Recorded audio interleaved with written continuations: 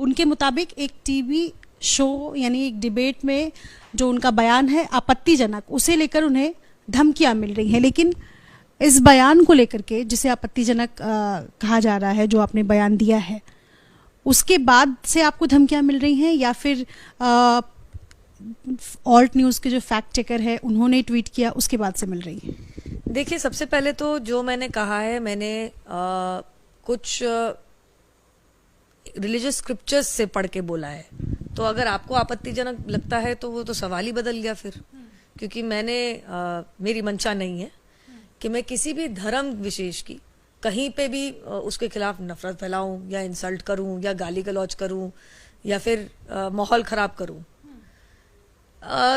जो लिखा है वो मैंने बोला है, और अगर वो कहीं गलत है तो आपको आपत्तिजनक लगता है तो फिर वो तो मैं कहूंगी कि मैंने तो नहीं लिखा और मैंने अपने मन से भी नहीं बनाया। अगर मैं गलत हूं तो मैं इनवाइट करती हूं किसी सीनियर इस्लामिक क्लरिक को आए और बताएं कि मेरे तथ्य बेकार हैं, मेरे तथ्य ठीक नहीं है, तो मैं अपने बयान को वापस भी लूंगी। परंतु जिस स्क्रिप्चर में से मैंने पढ़ के बातें कही हैं और बखूबी वही कहा है, उसको तोड़ मरोड़ के पेश करने वाले एक बात पूरी होने दीजिए, एक अपने आप को फैक्ट चेकर कहते हैं, जिसको मैं फेक न्यूज स्प्रेडर कहती हूँ। वो कह रहे हैं कि मैंने गाली दी, बता दीजिए कहाँ दी। वो कह रहे हैं कि मैंने नफरत फैलाई, भैया मैं तो जो लिखा है पढ़ के बता रही हूँ।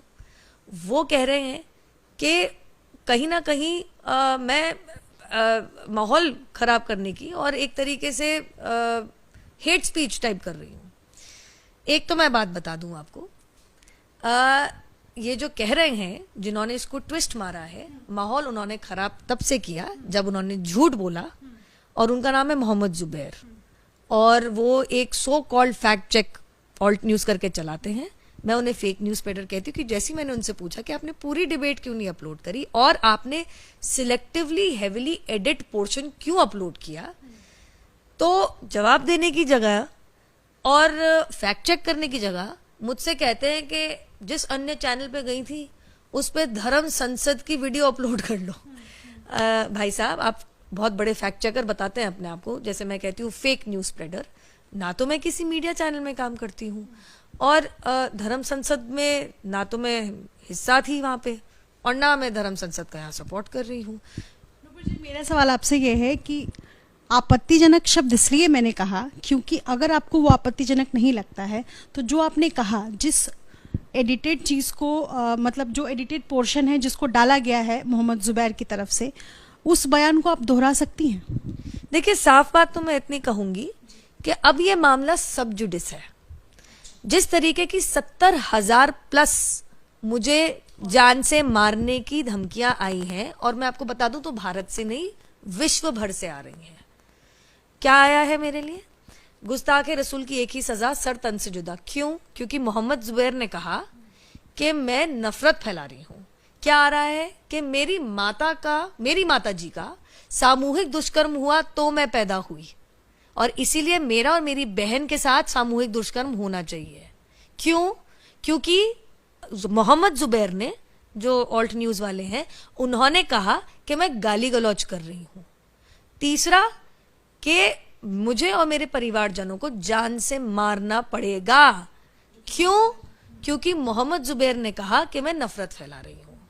कृपया करके फैक्ट चेक करें, मैं इनवाइट करती हूं। मैं मोहम्मद जुबैर को ज्यादा इंटेलेक्चुअल नहीं समझती, ना जानकार समझती हूं। मैं इनवाइट करूंगी कि कोई इस्लामिक क्लरिक आए। देखिए, हम लोकतंत्र में रहते हैं, ये जगह सिविल डिबेट की है।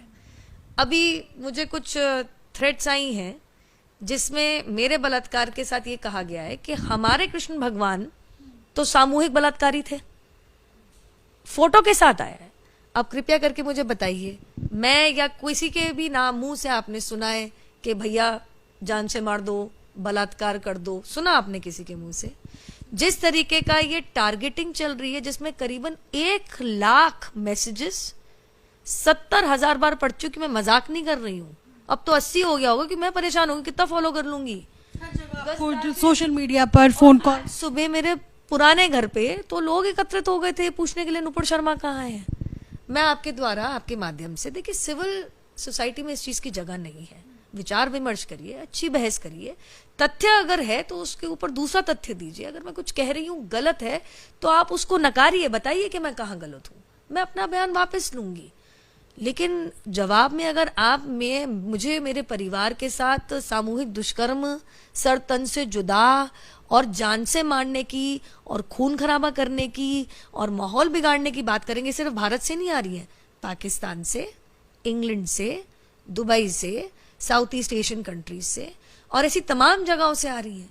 एक किसी ने मुझे अभी एक लिंक भेजा जिसके बारे में मुझे पता ही नहीं था, उन्होंने तो वो वाली कंपाइलेशन बनाई है जिसके बारे में मुझे पता ही नहीं था कि ये भी चल रहा है इंस्टाग्राम पे, ट्विटर पे, फेसबुक पे, अन्य सोशल मीडिया प्लेटफॉर्म पे, मेरे फोन पे, मेरे इनबॉक्स में, मेरे ईमेल पे, मेरे व्हाट्सएप पे।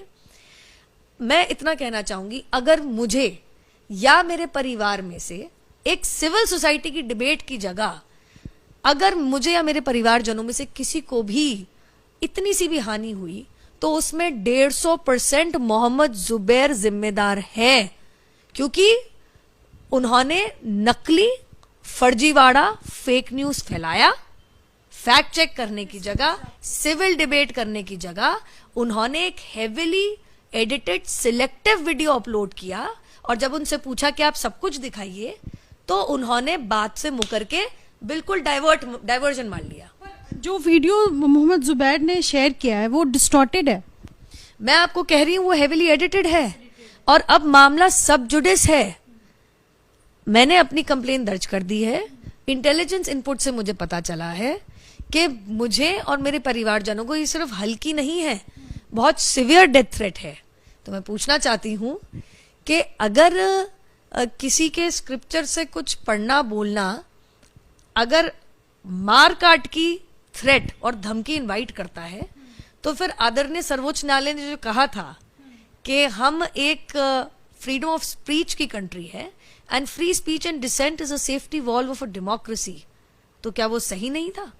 तो ये कौन लोग हैं जो आदरणीय सर्वोच्च न्यायालय की बात ना मान के इस तरीके की बदसूरत धमकियां मेरे और मेरे परिवारजनों के को भेज रही हैं? आपने जो पुलिस कंप्लेंट लिखाई है नूपुर, उसमें शिकायतकर्ता मोहम्मद जुबैर और सारी मतलब पुलिस को बाकायदा डिस्क्रिप्शंस दिया है, आपने सारी जानकारियां दी हैं और मेरे पास था। मतलब इसके साथ साथ एक और सवाल है, क्या आप सुरक्षा की मांग भी कर रही हैं? जी बिल्कुल कर रही हूँ और पुलिस कह रही है, मैं नहीं, कि आपके खिलाफ मोहम्मद जुबैर ने जो मुहिम छेड़ दी है फेक न्यूज स्प्रेड करके, ये कंट्रोल में नहीं आ रही क्योंकि ये भारत से भी बाहर से आ रही है। तो कल को अगर मैं दोबारा तिबारा कहूंगी मेरे परिवारजनों को, और मेरा तो पब्लिक प्रोफाइल है, हल्की सी भी हानि पहुंची तो इसमें केवल और केवल 150% fake news spreader Mohammad Zubair जिम्मेदार हैं। साथ में मैं आपको कुछ सुनाना चाहूंगी। आशा रखती हूं कि मोहम्मद जुबैर इनके खिलाफ भी ऐसी मुहिम छेड़ेंगे तो फिर married as Aisha, may Allah be pleased with her, at the age of 6 and consummated the marriage at the age of 9. This sign says, there's a hadith in Bukhari that Prophet Muhammad, peace be upon him, married as Aisha, may Allah be pleased with her, at the age of 6 and consummated the marriage at the age of 9. This sign says, there's a hadith in Bukhari that Prophet Muhammad, peace be upon him, married as Aisha, may Allah be pleased with her, at the age of 6 and consummated the marriage at the age of 9. अब अगर मैं आशा करती हूं कि मोहम्मद जुबैर का अगला tweet होगा, मैंने तो खैर ऐसे कोट भी नहीं किया जैसे की है, कि जाकिर नायक उनके धर्म के खिलाफ नफरत फैला रहे हैं, उनके धर्म को गाली दे रहे हैं और भावनाएं भड़काने की कोशिश कर रहे हैं। और उसके बाद मैं भी देखती हूं अगर 1 लाख से ऊपर सरतन से जुदा की मांग और सामूहिक बलात्कार की मांग आती है तो क्यों नहीं करते? मैंने बोला ना, एक सिविल सोसाइटी है, डिबेट करते हैं। अगर किसी के स्क्रिप्चर से कुछ कोट करना, अगर नफरत फैलाना है तो सवाल ही बदल गया, सवाल ही बदल गया। और मैं आपको क्या दिखाऊं, क्या दिखाऊं मैं आपको, मैं क्या क्या दिखाऊं आपको? The calls I am getting, the messages I am getting, and मैं कितनी बारी दोहराऊं कम है, मेरे परिवार में से किसी को भी कुछ हुआ, करने वाला और उससे बड़ा अपराधी मोहम्मद जुबैर रहेगा। देख लीजिए आप, ये देखिए सब, ये देख लीजिए आप सब।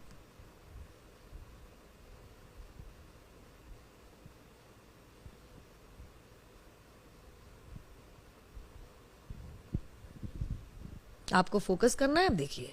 मैं चाहती हूं दुनिया भर देखे।